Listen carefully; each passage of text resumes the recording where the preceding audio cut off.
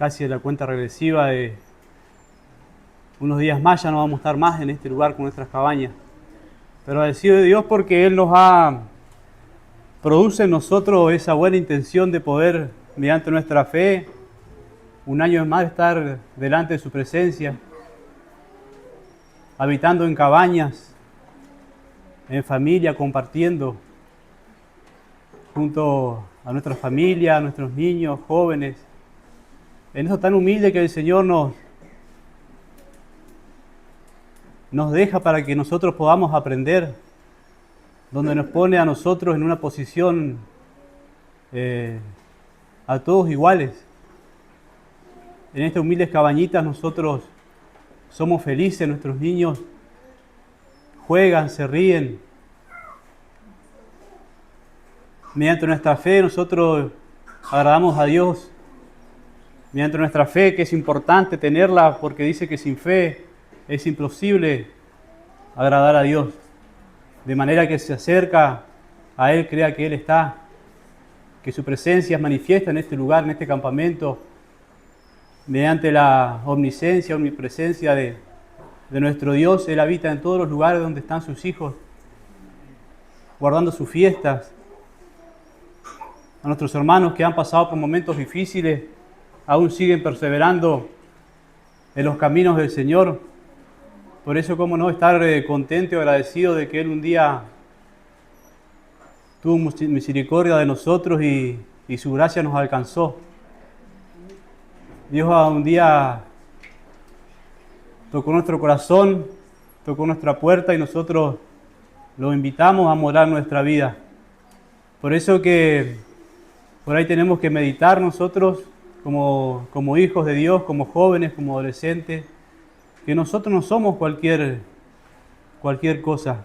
Nosotros somos hijos de Dios y todos son importantes dentro del cuerpo de Cristo. Los niños, los adolescentes, jóvenes, hermanos ancianos que ya llevan años en este camino y Diosito los ha sostenido a mis hermanos.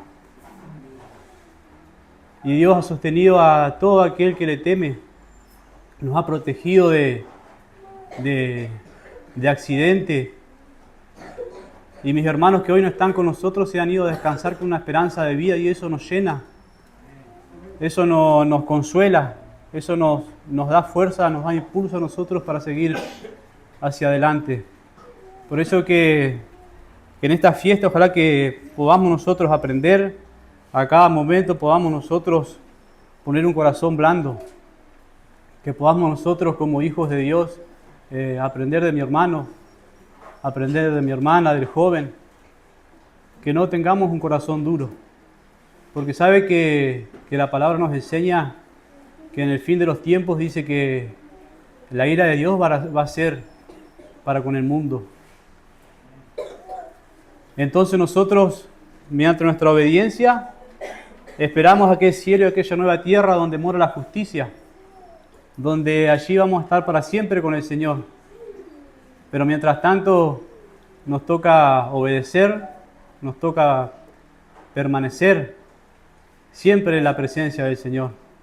Allí vamos a tomar lectura Romanos 2:5, donde dice su palabra: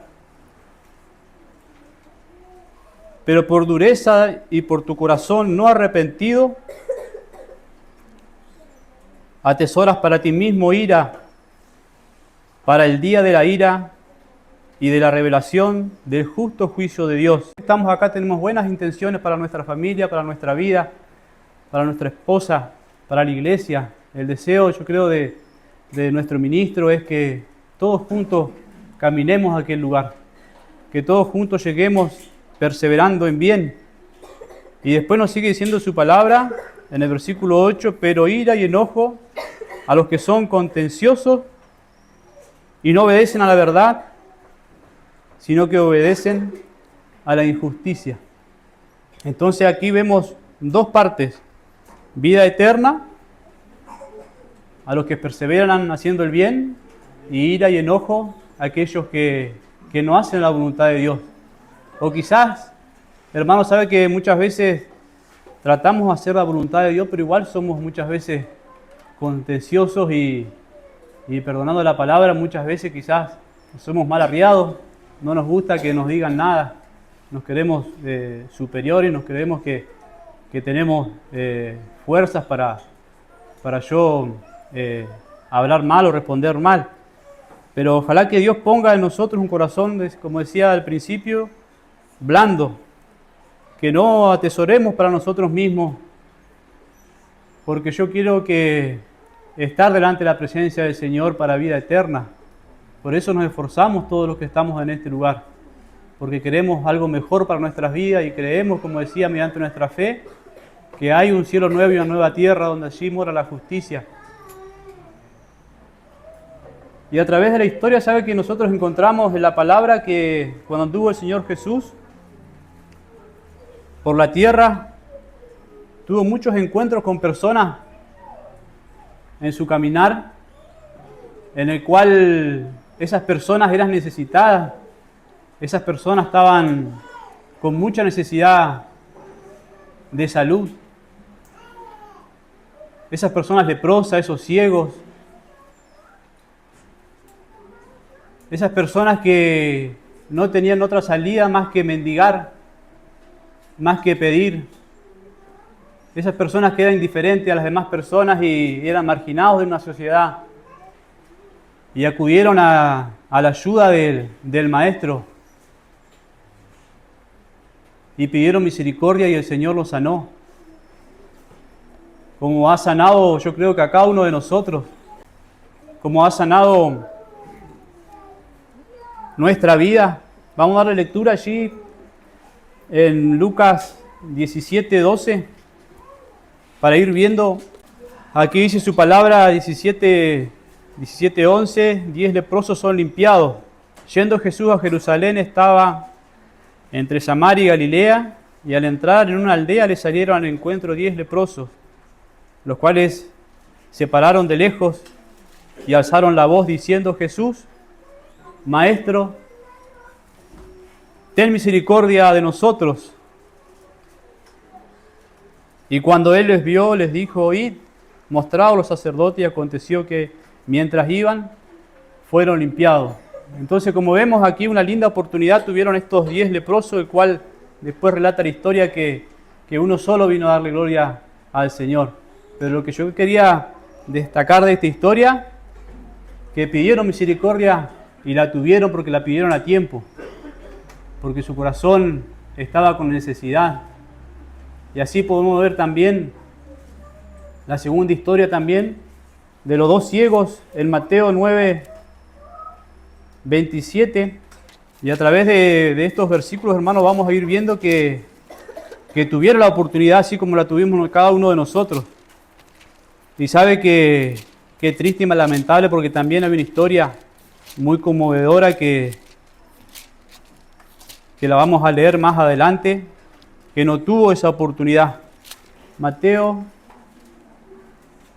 9:27. Pasando Jesús de allí, le siguieron 2 ciegos dando voces diciendo: ten misericordia de nosotros, hijo de David. Y llegando a la casa vinieron a él los ciegos, y Jesús les dijo: ¿creéis que puedo hacer esto? Ellos dijeron: sí, Señor. Entonces le tocó los ojos, diciendo: conforme a vuestra fe os ha hecho. Y los ojos de ellos fueron abiertos. Entonces, como vemos en esta historia, nuevamente acudieron a la misericordia de nuestro Señor Jesús al tiempo justo.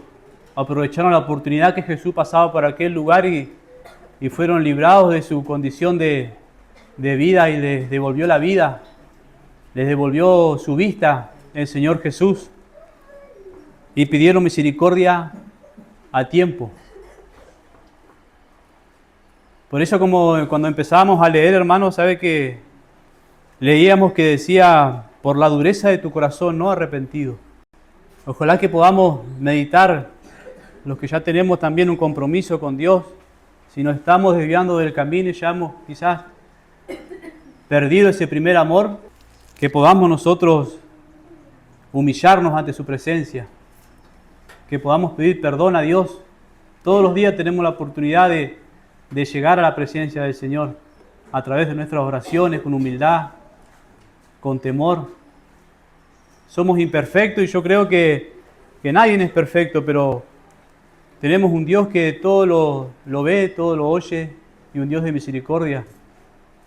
Entonces, como vemos en esta historia, en estas dos historias que hemos leído, estos necesitados, estos leprosos y estos ciegos fueron sanados. Y ahora vamos a pasar a otra historia. Todos estos personajes tuvieron la oportunidad de tener un encuentro con Jesús. Eran personas necesitadas que querían ser sanadas y pasar a tener una mejor calidad de vida y no ser marginados de una sociedad sin afecto ni cariño. El Señor Jesús seguramente que al verlo se conmovió. Se conmovió y Él dijo, yo quiero que estos ciegos sean sanos. Vamos a leer allí y acá donde entramos a la historia que les quería contar, hermanos, en Lucas 16, 19. Como decíamos, estas personas tuvieron la oportunidad, tuvieron el día preparado donde fueron sanados. Pero aquí en esta historia vamos a ver el desenlace de la dureza de un hombre imponente, rico, que es la historia de allí de Lucas 16, 19, el rico y Lázaro. Había un hombre rico que se vestía de púrpura y de lino fino y hacía cada día banquete con esplendidez. Entonces acá nos relata la historia, comienza diciendo que había un hombre, estas son palabras del Señor Jesús, que se vestía con la ropa de aquel tiempo más cara que podía existir y hacía banquetes con esplendidez, seguramente que con todos sus amigos también del mismo estatus social que él. El 20 nos dice, pero había también un mendigo llamado Lázaro, que estaba echado a la puerta de aquel, lleno de llagas, y ansiaba saciarse de las migajas de que caían de la mesa del rico, y aún los perros venían y lamían sus llagas. Allí había una necesidad grande con aquel hombre, que tenía una condición de vida distinta a la de aquel rico, el cual tenía hambre, el cual seguramente vestía ropa sucia, y aparte de todo eso, estaba lleno de llagas y ansiaba comer las migajas de aquella mesa ajena donde el rico se deleitaba con sus amigos en ese banquete espléndido. Y podíamos buscar unas definiciones de espléndido, magnífico, impresionante, grandioso, majestuoso, atractivo, agradable, excelente y superior. Y ahora podemos ver nosotros las poquitas cualidades que tenía Lázaro. Él era pobre y mendigo. Su pobreza extrema lo llevó a estar a la puerta del rico. Era hambriento y lisiado. Se conformaba con la migaja de una mesa ajena, la cual el dueño de esa casa no tenía compasión ni amor de ese pobre mendigo. Y aconteció que murió el mendigo y fue llevado por los ángeles al seno de Abraham. Y murió también el rico y fue sepultado. Y en el Hades alzó sus ojos estando en tormentos y vio de lejos a Abraham y a Lázaro en su seno. Entonces él, dando voces, dijo: Padre Abraham, ten misericordia de mí y envía a Lázaro para que moje la punta de su dedo en agua y refresque mi lengua, porque estoy atormentado en esta llama. Pero Abraham le dijo: acuérdate que recibiste tus bienes en tu vida y Lázaro también males, pero ahora este es consolado aquí y tú atormentado. Qué triste, hermano, y qué lamentable, y qué doloroso, y qué mal es no invertir el tiempo bien. Yo calculo que si Lázaro, este rico, hubiese tenido un poquito de compasión o de humildad, y no se hubiese sentido superior a los demás, y hubiese presumido tanto sus riquezas y hubiese sido ayudador, compasivo, hubiese tenido un poquito de Dios en la vida de él, yo creo que Dios hubiese tenido misericordia de él, pero no la tuvo, y así también pidió misericordia, como la pidió los leprosos, como la pidieron los ciegos, como también, hermano, la pidió Bartimeo. Pero ya era tarde. Y además de todo eso que Abraham le decía, tú tuviste bienes en la tierra y él males. Él aquí es consolado y tú atormentado. Y el 26 le decía, y además de todo esto, no da el nombre de este rico. Una gran cima está puesta delante de nosotros y de vosotros, de manera que los que quisieren pasar aquí, a vosotros no pueden, ni de allá pasar acá. Y de esto Dios nos quiere librar a cada uno de nosotros, hermanos. De este gran acontecimiento, sabe que está preparado y es una realidad y es bíblico que la muerte allí no va a existir. No es que nosotros nos vamos a morir y sin hacer la voluntad de Dios no nos va a pasar nada. Sabe que hay todo un plan preparado. Vamos a leerlo allí en Apocalipsis 9. Allí en la Nueva Traducción Viviente dice, hay un gran abismo que nos separa de Lázaro y Abraham y Lázaro y del rico. Y aquí en esta versión dice que hay una cima. Y aquí en Apocalipsis nombra el abismo, dice 9:2 en adelante. Y abrió el pozo del abismo y subió humo del pozo como humo de un gran horno. Y el sol se oscureció y el aire por el humo del pozo. Y del humo del pozo salieron langostas sobre la tierra y se les dio poder, como tienen poder los escorpiones de la tierra. Y se les mandó que no dañasen a la hierba de la tierra, ni a cosa verde alguna, ni a ningún árbol, sino solamente a los hombres que no tuviesen el sello de Dios en su frente. Y le fue dado que no los matasen, sino que lo atormentasen 5 meses, y su tormento era como un tormento de escorpión cuando hiera al hombre. Y en aquellos días los hombres buscarán la muerte, pero no la hallarán. Ansiarán morirse, pero la muerte huirá de ellos. Lamentablemente, sabe, hermanos, que yo cuando inicié este camino, escuchaba a mis hermanos hablar de todo esto y yo digo, no me siento preparado o no soy capaz. Y entre mí dije, lo voy a intentar. Prefiero morirme habiéndolo intentado que no haberlo intentado nunca. Y yo creo que ese sentimiento está en cada uno de nosotros, en intentar el poder decir yo sí puedo, yo soy capaz, yo me voy a tomar de la mano del Señor porque hay una ira y Él tiene el poder para librarme. Él tiene el poder para librar a la iglesia, a sus hijos. Él tiene el poder para hacer posible todas las cosas que para nosotros son imposibles. Allí vamos a leer también, relacionado a estas fiestas, un versículo, y sus discípulos decían, Señor, nosotros hemos dejado todo. ¿Y qué ganaremos? Marcos 10:29.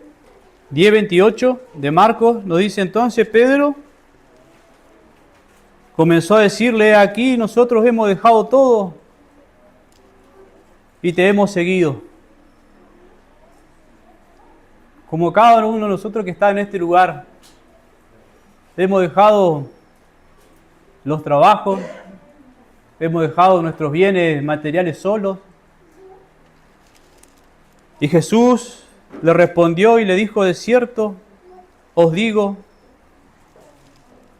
que no hay ninguno que haya dejado casa, o hermanos o hermanas, o padre o madre, o mujer o hijos o tierra, por causa de mi evangelio, que no reciba 100 veces más en este tiempo casa, hermanos, hermanas, madres, hijos y tierras,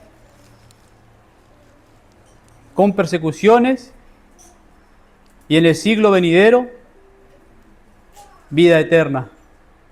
Y yo creo que esa es la voluntad de Dios, hermanos, en cada uno de nosotros, que nosotros podamos conocerle a Él. Y Él tiene preparado allí, como decíamos, un reino para nosotros.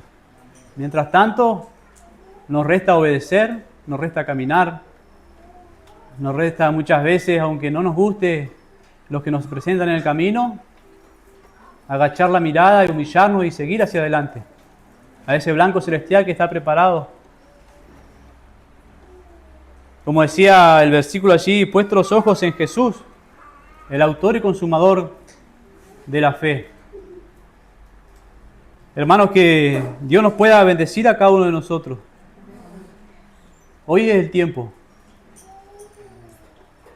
Ojalá que el enemigo no se encargue de endurecer nuestros corazones, sino que cada día que pasa tenemos la oportunidad para decirle al Señor: moldea mi corazón, moldea mi vida.